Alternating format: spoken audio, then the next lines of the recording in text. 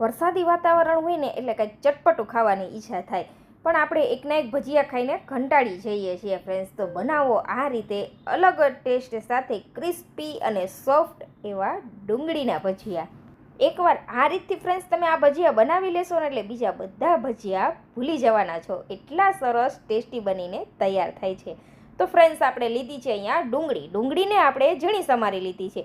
સાથે ઉમેરી દેવાના છે ઝીણા સમારેલા ધાણા, સ્વાદ અનુસાર લીલા મરચાં અને 1 ચમચી જેટલું આપણે ક્રોસ કરેલું લસણ, 1 ચમચી જેટલું આદું ઉમેરી દેશું. આદુને આ રીતે આપણે થોડું મોટું મોટું રાખેલું છે જેથી ખાતી વખતે ખૂબ જ સરસ એવો ફ્લેવર આવે. હવે સ્વાદ અનુસાર નમક ઉમેરી દેવાનું છે અને ચણાનો લોટ ઉમેરવાનો છે. અહીંયા ફ્રેન્ડ્સ ધ્યાન રાખવાનું છે, ઝાઝો ચણાનો લોટ આપણે નથી લેવાનો. અત્યારે આપણે 1 વાટકો ચણાનો લોટ લીધો છે અને 1 વાટકો ભરીને ડુંગળી લીધી છે. જેટલી ડુંગળી છે એટલો જ આપણે લોટ લીધો છે.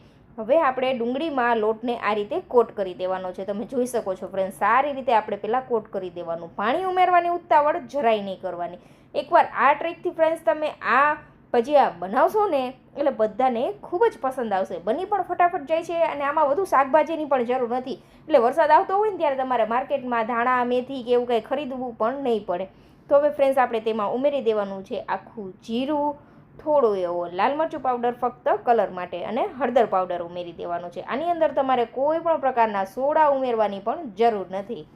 હવે મસાલાને આપણે મિક્સ કરી દેવાના છે લોટ સાથે. આ રીતે તમે જોઈ શકો છો ડુંગળી ઉપર લોટનું સરસ એવું કોટિંગ આવી ગયું છે. વરસાદ ચાલુ થાય ને એટલે ભજીયાની યાદ આવે છે, પણ માર્કેટમાં જવું પડે ને એટલે આપણે ભજીયા નથી બનાવતા. પણ ફ્રેન્ડ્સ આ ટ્રીકથી જરૂરથી ભજીયા બનાવજો. ઘરમાં પડેલી જ વસ્તુમાંથી બનીને તૈયાર થઈ જાય છે અને ચા સાથે તમે બનાવી શકો છો, તેની સાથે પણ ખૂબ જ સરસ એવા ટેસ્ટી લાગે છે. હવે થોડું પાણી ઉમેરીશું. ચણાનો લોટ ચીકાશવાળો હોય છે એટલે ઝાઝું પાણીની જરૂર અત્યારે નહીં પડે ફ્રેન્ડ્સ. આ રીતે આપણે થોડું એવું જ પાણી ઉમેરવાનું છે, 4 થી 5 ચમચી જેટલું જ. હવે પાણી ઉમેરીને આ રીતનો કઠણ એવું બેટર રાખવાનું છે. સાવ ઢીલું નહીં કરી દેવાનું, કઠણ જ રાખવાનું છે. આ રીતે તમે જોઈ શકો છો ફ્રેન્ડ્સ. તમારે વધુ ક્રિસ્પી બનાવવા હોય ને ભજીયા તો આની અંદર તમારે 2 ચમચી ચોખાનો લોટ ઉમેરી દેવાનો. તેને લીધે પણ ફ્રેન્ડ્સ સરસ એવા ક્રિસ્પી ભજીયા બનીને તૈયાર થાય છે. હવે આપણું બેટર રેડી છે, રેસ્ટ આપવાની પણ જરૂર નથી. સાથે તેલ પણ ગરમ છે તો હાથ ઉપર આપણે થોડું તેલ લગાવીને આ રીતનો શેપ આપી દેવાનો છે, ટીકી જેવો પણ શેપ આપી શકો છો ફ્રેન્ડ્સ. અને આ રીતે તમે એમનેમ પણ પાડી શકો છો ભજીયા. પસંદ તમારી છે, તમને જે શેપ પસંદ હોય તે શેપમાં તમે ભજીયા બનાવી શકો છો. ખૂબ જ સરસ એવા ટેસ્ટી બનીને તૈયાર થાય છે અને થોડી તળાતા વાર લાગશે કારણ કે ક્રિસ્પી એવા ભજીયા બનાવીને આપણે તૈયાર કરવાના છે. એટલે આ રીતે ભજીયા ઉમેરી દઈને ફ્રેન્ડ્સ પછી આપણે ગેસની ફ્લેમ મીડિયમ કરી દેવાની. મીડિયમ ફ્લેમ ઉપર આપણે તેને સારી રીતે ક્રિસ્પી થવા દેવાના છે. આ રીતે તમે જોઈ શકો છો. ઉલટ પુલટ કરીને આપણે તેને બંને સાઈડ સારી રીતે ગોલ્ડન કલર આવી જાય ને ત્યાં સુધી થવા દેવાના છે. એટલા સરસ ટેસ્ટી બને છે ફ્રેન્ડ્સ કે તમે તેના ફેન થઈ જવાના છો. જો તમારે તેને વધુ ક્રિસ્પી બનાવવો હોય ને ફ્રેન્ડ્સ તો શું કરવાનું, આ રીતે આ શેપમાં તમારે તળી લેવાના, થોડા કાચા પાકા 70% સુધી તળી લેવાના. પછી ફ્રેન્ડ્સ આપણે તેને થોડી વાર માટે ઠંડા થવા દેવાના. પછી પ્રેસ કરીને ટીકી જેવો શેપ આપી દેવાનો એટલે તમારા ટીકડી ભજીયા બનીને તૈયાર થઈ જશે. ફરીથી તમારે તેને ડબલ ફ્રાય કરવાના. ડબલ ફ્રાય કરવા હોય તો તમે તે પણ કરી શકો છો અને એમનેમ પણ તમે તેને સર્વ કરી શકો છો. ખૂબ જ સરસ એવા ટેસ્ટી બનીને તૈયાર થાય છે ફ્રેન્ડ્સ. તો આપણા કુરકુરા ભજીયા બનીને તૈયાર છે.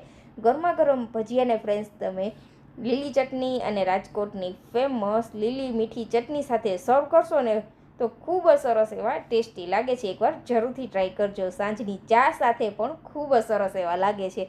તો આજની આ રેસીપી ફ્રેન્ડ્સ તમને કેવી લાગી કમેન્ટ કરીને જરૂરથી જણાવજો. અને એટલા સરસ ક્રિસ્પી બને છે ફ્રેન્ડ્સ, તમે તેના ફેન થઈ જવાના છો. ઠંડા થયા પછી પણ સરસ એવા ટેસ્ટી લાગે છે. તો જરૂરથી ટ્રાય કરજો. અને આજની આ રેસીપી તમને કેવી લાગી કમેન્ટ કરીને જરૂરથી જણાવજો. મળીશું નવા વિડીયોમાં. ત્યાં સુધી આવજો. Thank you for watching. અને આગળ આપણે આ બીજા બધા ભજીયા બનાવેલા છે તેની રેસીપી પણ આવવાની છે ફ્રેન્ડ્સ. તો જરૂરથી વિડીયોના જોડાયેલા રહેજો.